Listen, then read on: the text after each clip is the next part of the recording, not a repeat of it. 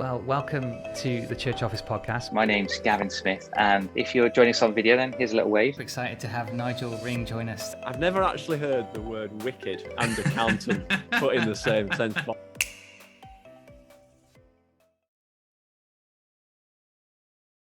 All right, welcome to the Church Office podcast. My name is Gavin Smith, and it's lovely to welcome you to this podcast about the work that happens behind the scenes in our churches. So if you're involved in treasury, secretaries, you might be a church administrator, you might be someone helping in the building, whatever you're doing, we value what you do and celebrate it on this podcast. And it's kind of a thrill to be able to welcome you today. I've got a Christmas jumper on. If you're watching online, this podcast said I've got a Christmas jumper because we're talking to Naomi Hodges today from Renewal in Birmingham, who's got a Christmas project that we need to hear about. So welcome to the podcast.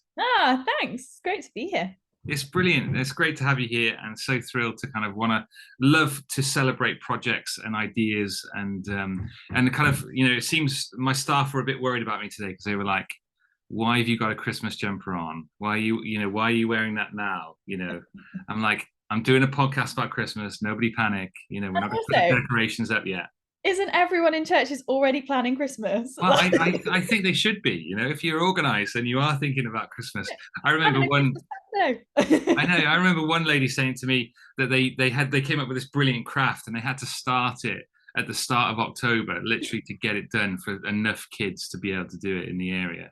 Come on, guys. It's only like 90 days to go. So we need to be getting ahead of the game. So if you're listening and you haven't started planning for Christmas, then don't panic. Just get on and start making those plans. So Naomi, tell us a little bit about yourself and the church that you're in before we dive into your brilliant project.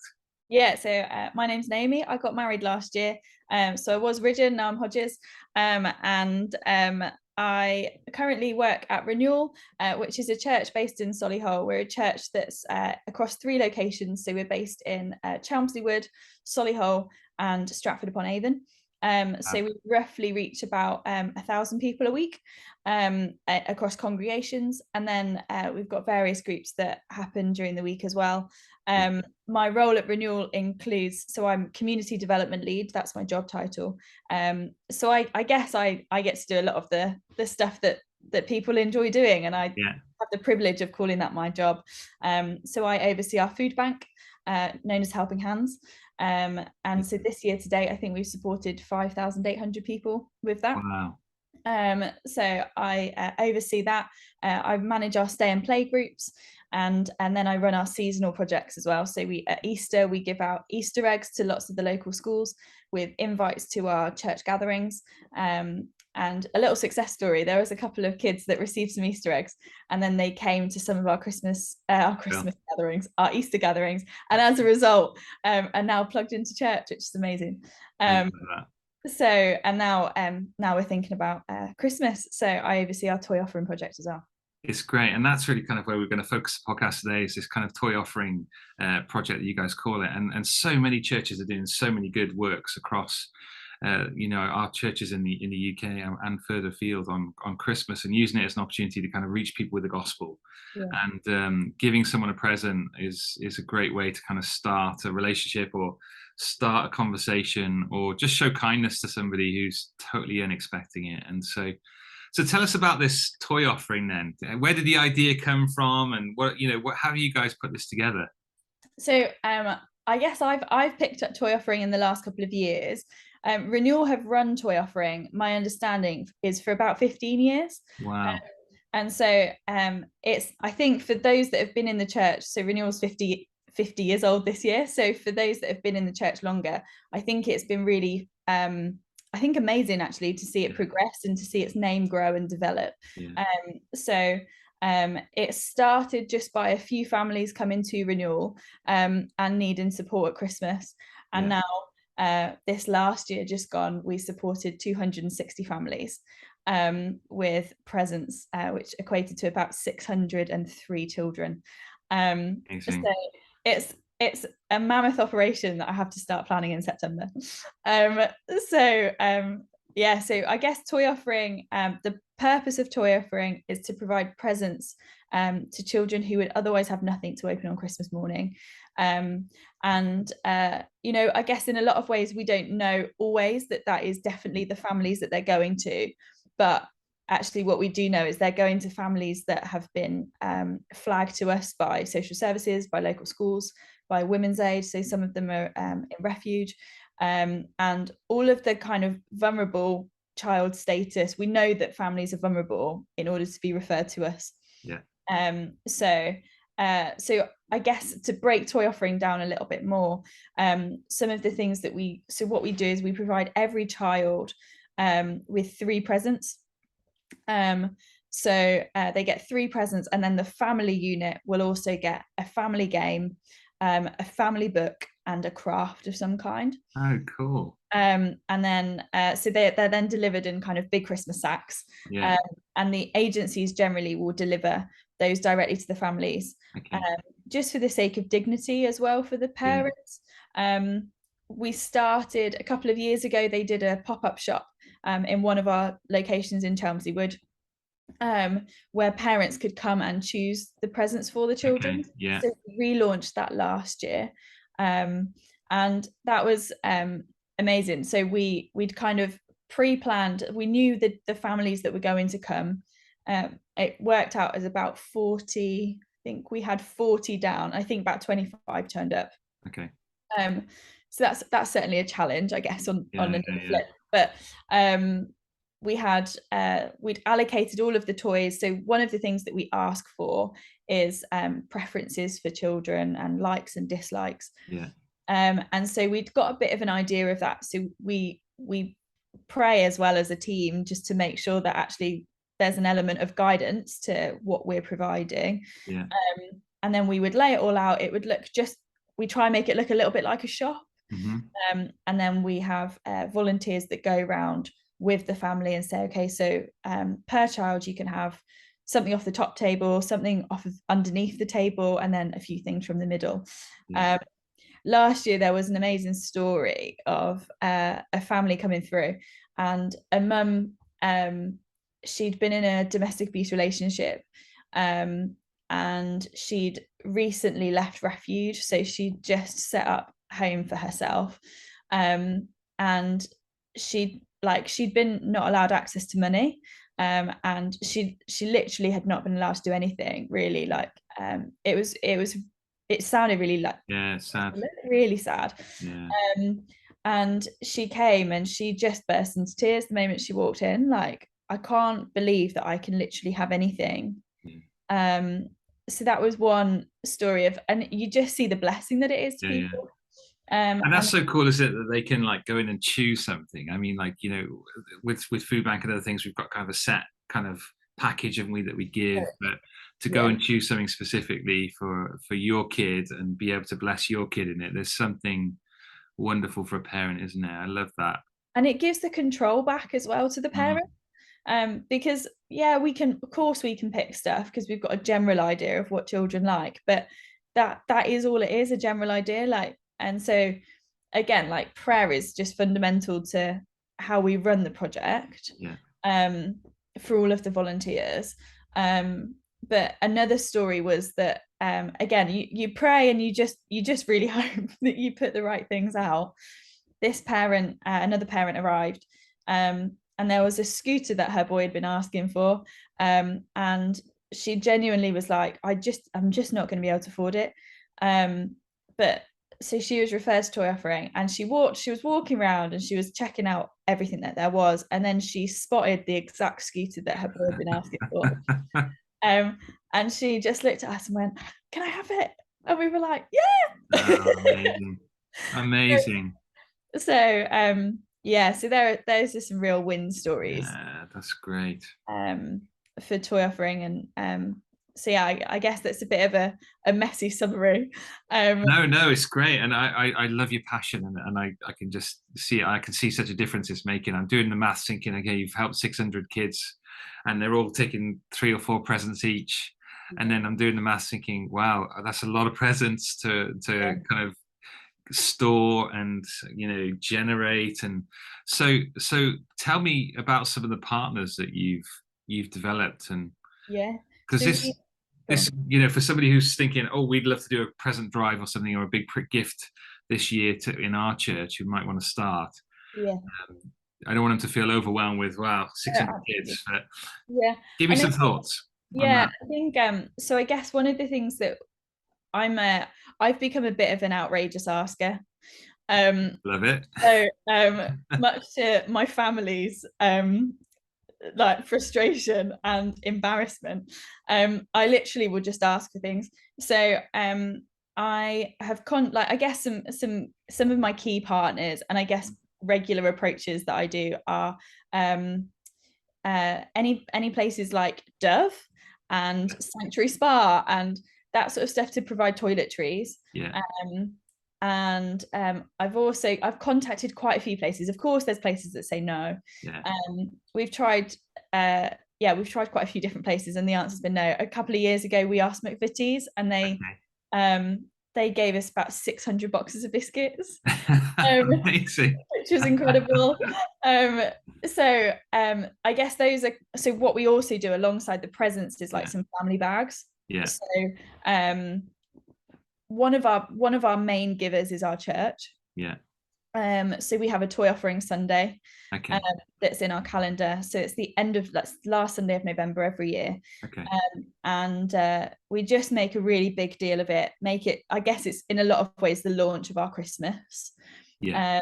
So church partners will give toys. So we kind of give two options of giving. Either people can give toys or they can give money. Okay.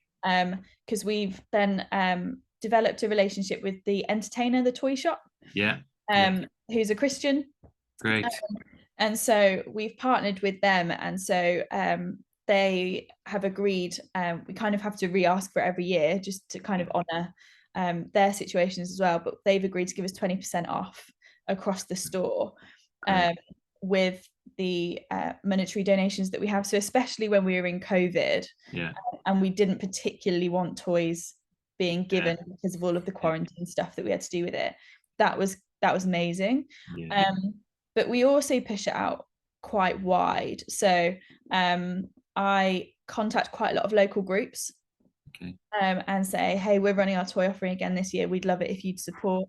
You can either do that through our Amazon wish list, you can do it through financial giving, or you can bring a toy to our office that's open 9 till 5.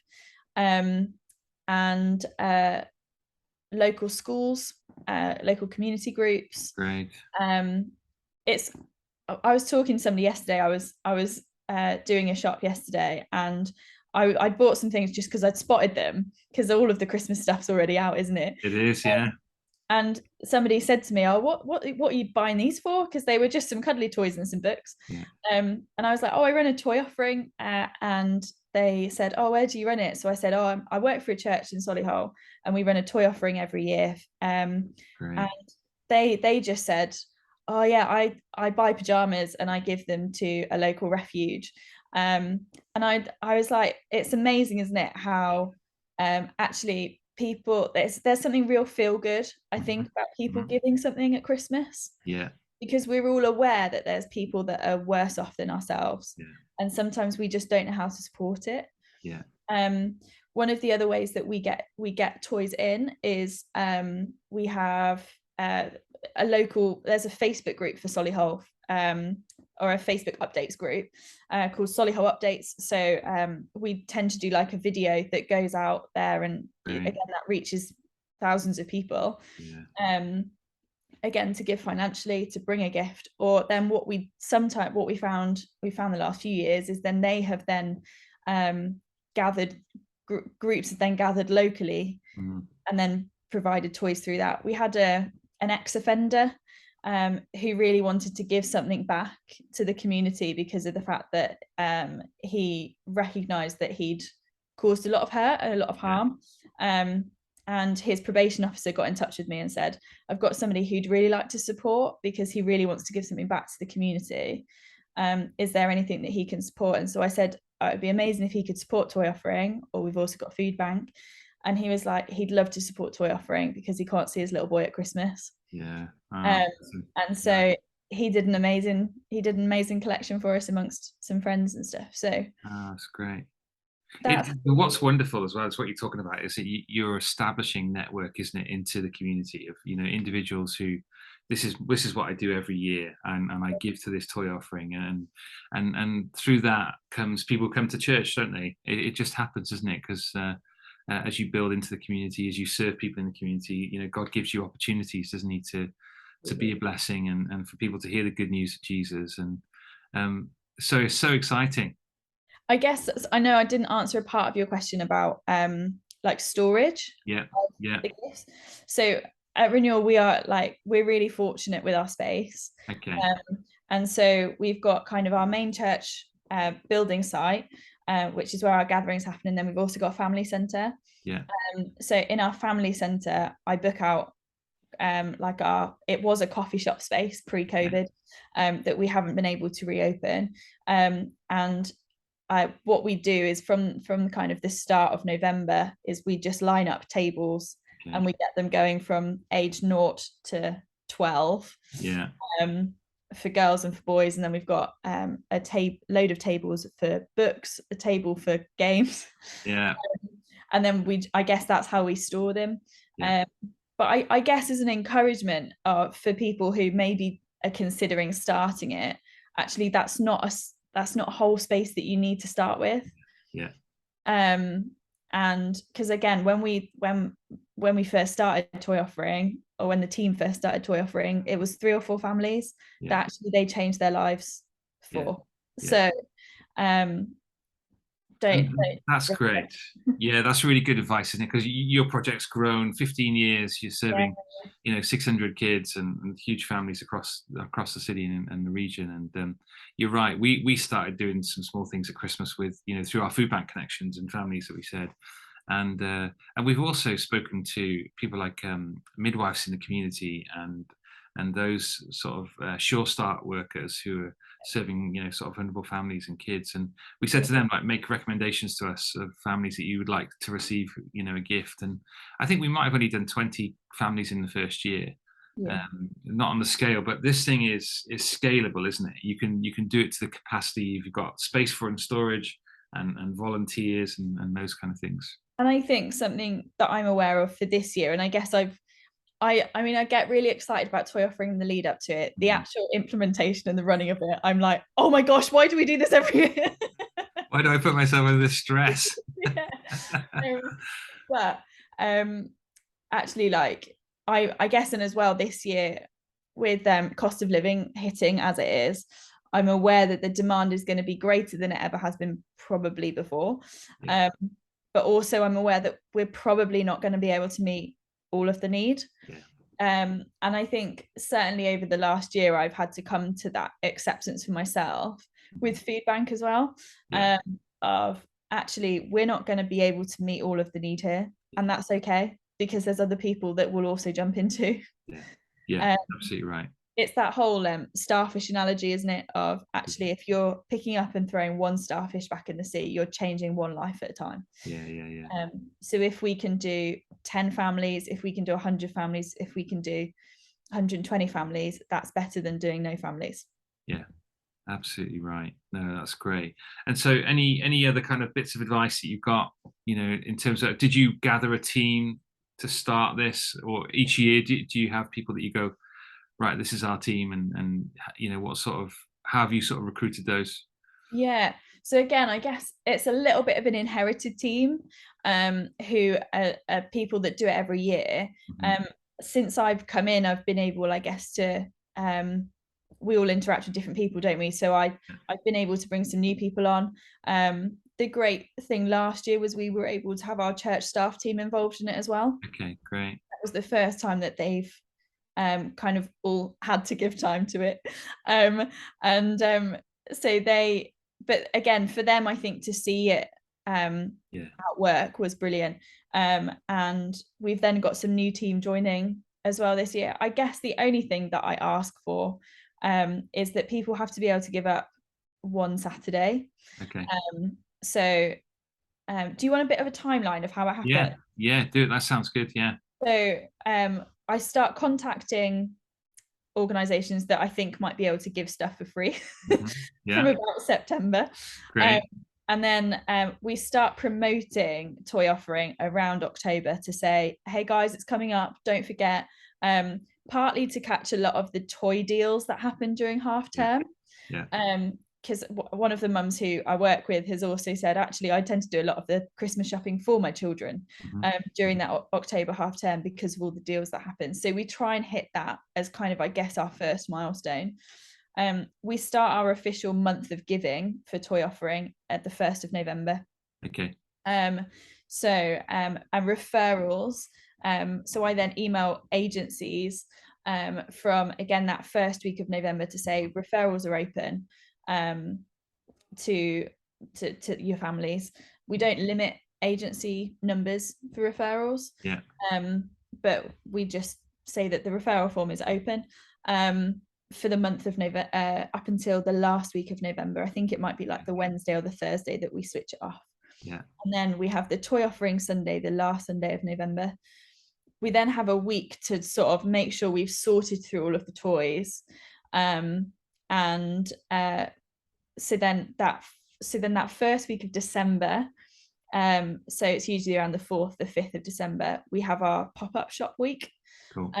So we're going to have a pop-up shop in our Chelmsley Wood location, which is I think it's in the top 20% of the most deprived estates in the UK. So we're aware that there's going to be quite a demand there. And then we're also going to do a Stratford pop-up shop this year as well, which we haven't done before. And then so that's going to be on the Monday and the Thursday. The Friday, we're then bringing back all of the toys that's sort of left over, and then allocating them ready for the pick and pack weekend, which is on the Saturday. So that's usually around the 9th or the 10th of December. Okay. And then we have a team of about 10 volunteers, again, that have been doing it since it started, and some that just they just love Christmas and they kind of want to share that joy with other children and families. So then on that Saturday we start about 9 and then we'll just keep going until it's finished. Stop for tea and coffee at some point. Yeah, so I provide the team with lunch. So last year we did a big Domino's order. Okay, good Domino's, yeah. And and then kind of throughout that pick and pack day, we'll give regular updates of we've done 50 families so far, which is about 70 children, 200 to go. 200 more to go. Yeah, the countdown begins. Yeah, so and then agencies will come and collect from then the Monday, Tuesday of that second week of December. So then usually toy offerings wrapped up by the end of the second week of December, ready then for the Christmas madness of churches. Yeah, that's good. And so the agencies are then taking the goods and delivering them, and you'll deliver some as well, I'm sure. Yeah, in that mix. Yeah, so it's great. Yeah, and I think one of the things that for me as a kind of administrator, I always get into the kind of task focused stuff, and I think any project like this where you're serving the community, getting referrals and doing stuff, you want that kind of team alongside you praying. You want to kind of use as much opportunity as you can for it to be relational, aren't you? Like we don't want to just drop off 50 parcels in one night, but we want to drop off 10 and get 5 good conversations. How do we do that?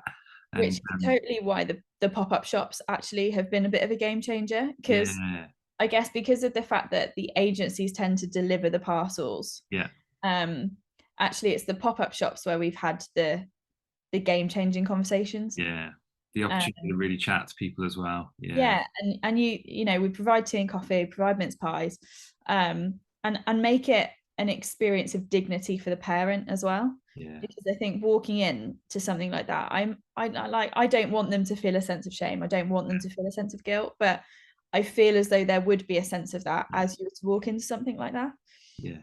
And fear and anxiety. And so I guess our hope and our desire is actually that it's a place of welcome that people experience right from the very start.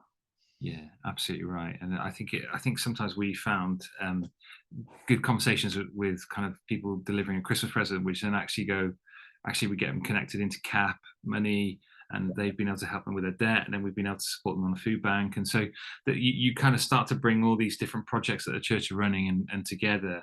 and to really get to serve people in a way that really does make a huge difference, and a not just for the holistic joy difference, for their kids, but it does make a massive difference. Yeah. absolutely.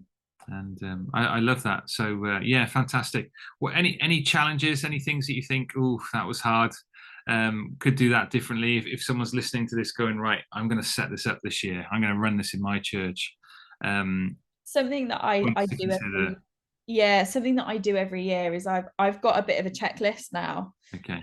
which I'm happy to send out to anybody that asks for it, Wow. which has worked for us. And I tend to add things every year to it, or take things off that I'm like, oh, I'm not bothering with that again. A challenge, I think, is that consistent. You just have to trust that God is going to bring the goods in. Yeah. Because you do sometimes hit a point where you think we're not going to have enough. Yeah. And that's a constant. It's a constant trust thing. I was going to say it's a constant fear thing. It's a trust thing that you just, hey, God, you're guiding these referrals, and therefore we are trusting that you're going to provide exactly what it is you need. So I think that's always a challenge. And I think a challenge as well is around the team recruitment, and making sure that it's not just the same old people that have done it, who have got the experience, but I guess how are we now equipping new guys to be trained by those guys, so that actually it's something that can again, it's just a sustainable process. Like, how are we equipping new people to come in and help? And I guess just constantly, how are we growing it? I think that, and so my I guess part of the challenge with my role is that I oversee community for all of our locations. So I'm constantly thinking, how is what I do at Solihull, what I do at Chelmsley generalizable to Stratford, and how is what we do at Stratford generalizable to the others?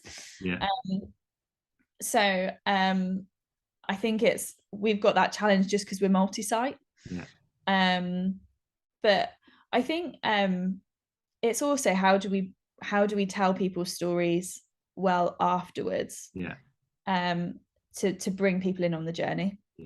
Yeah, definitely. And you just can't, it's hard to measure, isn't it, the impact, because it's a wonderful thing to give, to make a parent, to bring peace to a parent at Christmas, that they're able to give something to their child, and the kids have something. It's wonderful. And it's such a worthwhile project, and your brother's been telling me about it. I think he's your biggest fan, absolutely biggest fan.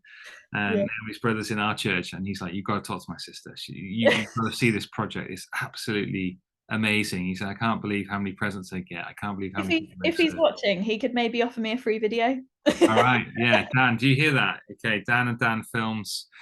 We want a free video of this project. Yeah, I love that. And your checklist, we could put that as a downloadable thing on the website if you're happy for people to connect into that. These things are great, isn't it? And that's the wonderful thing about the Church Office podcast and other UCAN and networks, is that somebody's done something like this before, haven't they? And you can learn from each other. So you're not doing it on your own. There's a sense of confidence. Go, right, what can we take from what we've learned today from Naomi, and go, actually, I bring that into our context and go, we could do 50 families, or we could do 10 families. Let's start there and do that really well. And then see what else happens over the Christmas break. And we've got an incredible Savior, and we want to tell people about Jesus, and this is just a lovely route in to do that. So well done, superb job. I mean, you're doing fantastic, and I think you're right. The climate for people at the minute with Food Bank and other projects into the community is tough, isn't it? And I think, I guess something I just realised I hadn't mentioned, but you've made a really good point of it, of how do we constantly just try and connect the dots into where people are. So with pop-up shops, the conversations that we have, I'm really trying to say, so like, for example, this year we're going to host a Christmas pantomime cool, the week after pop-up shop, so that we can then say to people, why don't you come along to the panto next week? And then at the panto they'll get an invite to the Christmas gathering the following day, and then, hey, why don't you just actually think about coming on a Sunday? Or why don't you think about coming to stay and play? Or come to our recovery from addiction course, like whatever. It's I think that you're so right. It's joining the dots for people, isn't it? Yeah, it is. We want one thing to connect to the next, and you're right, and that take people on the journey. And yeah, I love that people kind of become part of us. We've had people who've served in the food bank who are not believers who come along and they love it, and then they're coming to church every Sunday and they love it, and then they get saved, and you're like, this is amazing, isn't it? And I think not just the opportunity to serve the clients that maybe come in for food bank, all these gifts, but also the agencies that we're networking with.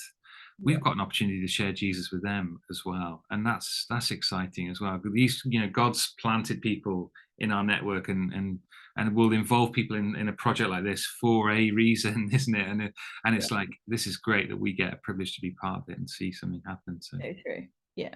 Love that. Well, if you've got any questions that you'd like to fire at Naomi, and you're thinking, right, I could really do with this, you didn't answer this question, then please get in contact with us at questions@thechurchoffice.co.uk. We'd love to be able to connect with you and encourage you in your church and you setting up this project. Please look on the website. We'll get the downloaded secret amazing checklist that you've got going on here, so that we can be served and know where we need to start. And even your timeline was great, so even going back over and re-listening to this and going, oh, that's what they did in these things, they had milestones and we made those. So that sounds great. So please check out the website for more resources. Please pass on the podcast to other churches or other folk that you know who are serving behind the scenes. We'd love to build this and encourage you. And Naomi, thank you so much for your time and being with us. So loved having you, and you're doing a fantastic job. And come and visit us again on the podcast. Come and do another podcast on something else. It'll be great. I'll come the week after Christmas and be like, we're never doing it again. We should do the follow-up podcast. What a really good idea.